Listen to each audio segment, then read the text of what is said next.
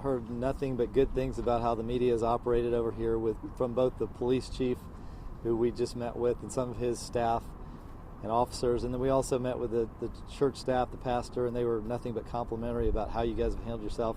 Sorry you're standing out here in the cold, but I do appreciate you being here. Obviously a horrific incident that we're all sad about, but if there's any church in this state and in America that was prepared for this, it was this church.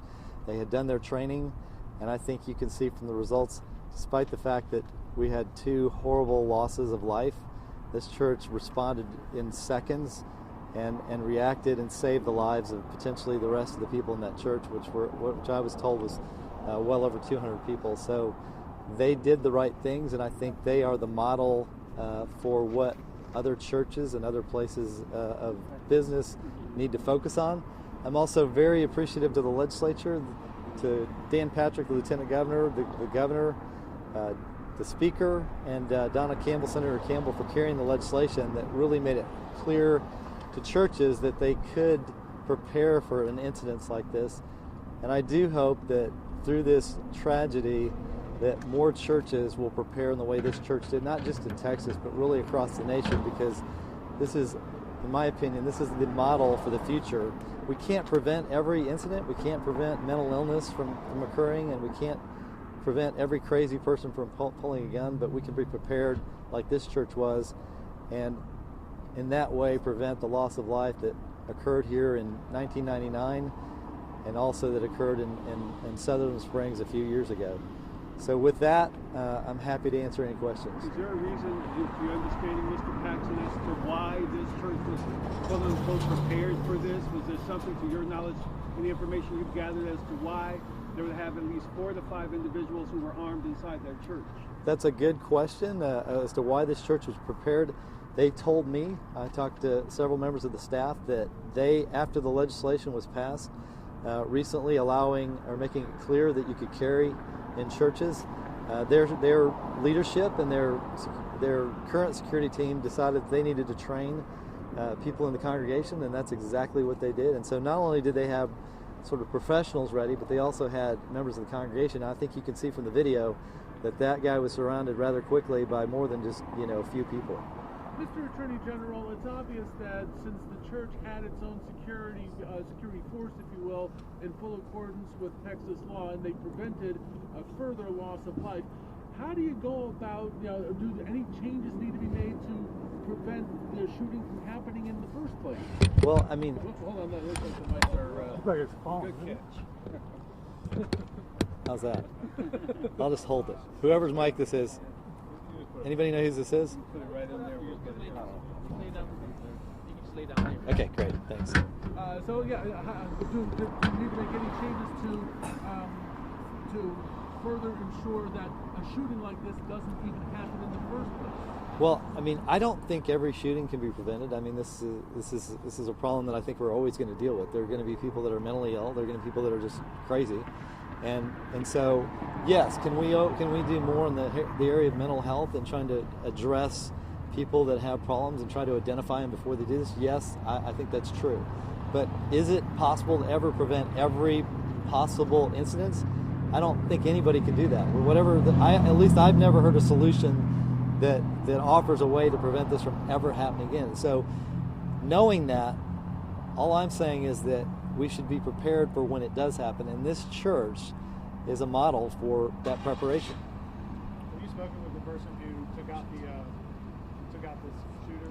No, I've not had a chance to speak with that person. I spoke with a lot of members that were in the church when it occurred, but I've not talked to the actual shooter. My understanding, he was a reserve deputy and had significant training, had his own shooting range, had taught other people how to shoot, and had taught many people in this church how to be prepared. And so he's not just responsible for his actions, which ultimately saved the lives of maybe hundreds of people, but he's also responsible for training a lot of the people in that church.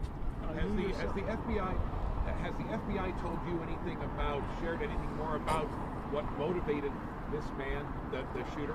So it's an ongoing investigation, but what I'll say is that, when you have a dead shooter, motivations are a lot harder to find unless something's been found in writing.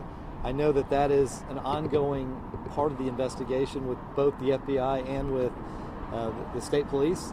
And so that's always the question that people want to know the answer to, and sometimes we get it and sometimes we don't. Did they share with you at all any indication that this was a man? They said last night he was from the area, although transient, but did he have a direct connection to this church?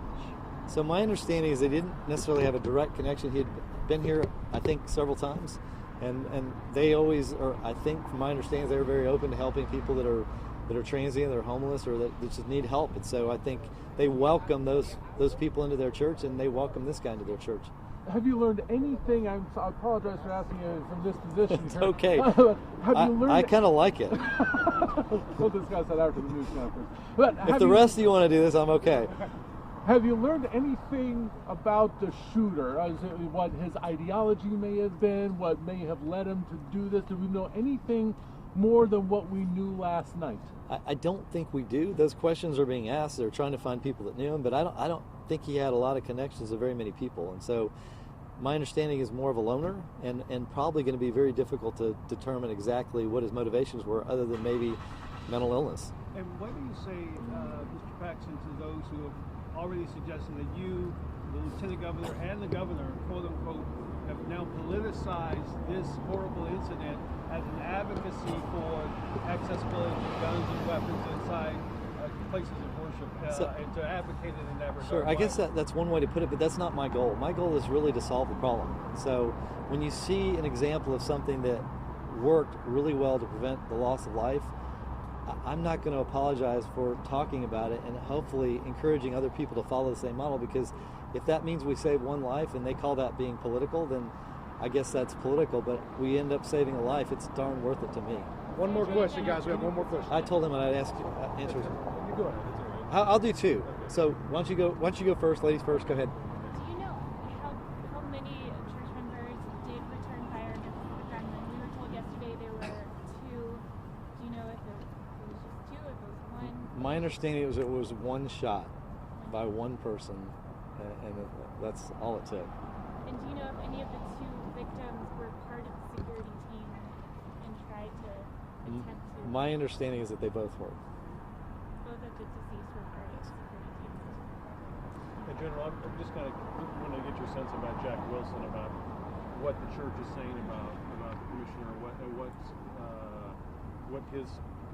how long he had been actually here as a parishioner, and just kind of what kind of training that he actually went through. Yeah, so Jack was the one that shot the deceased, is my understanding. I don't know how long he'd been here. I think a while, because he was the one that had spent some time training not just the security team, but other members in the church to shoot. So I've talked to members of the church that weren't on any particular security team, but their spouses had taken training from him, because he had a business of doing that, and I think he had a shooting range. So he was here for at least a while, because he had the opportunity to train several people in this church. Hey, thank you all. You guys have a great day. Thank you all.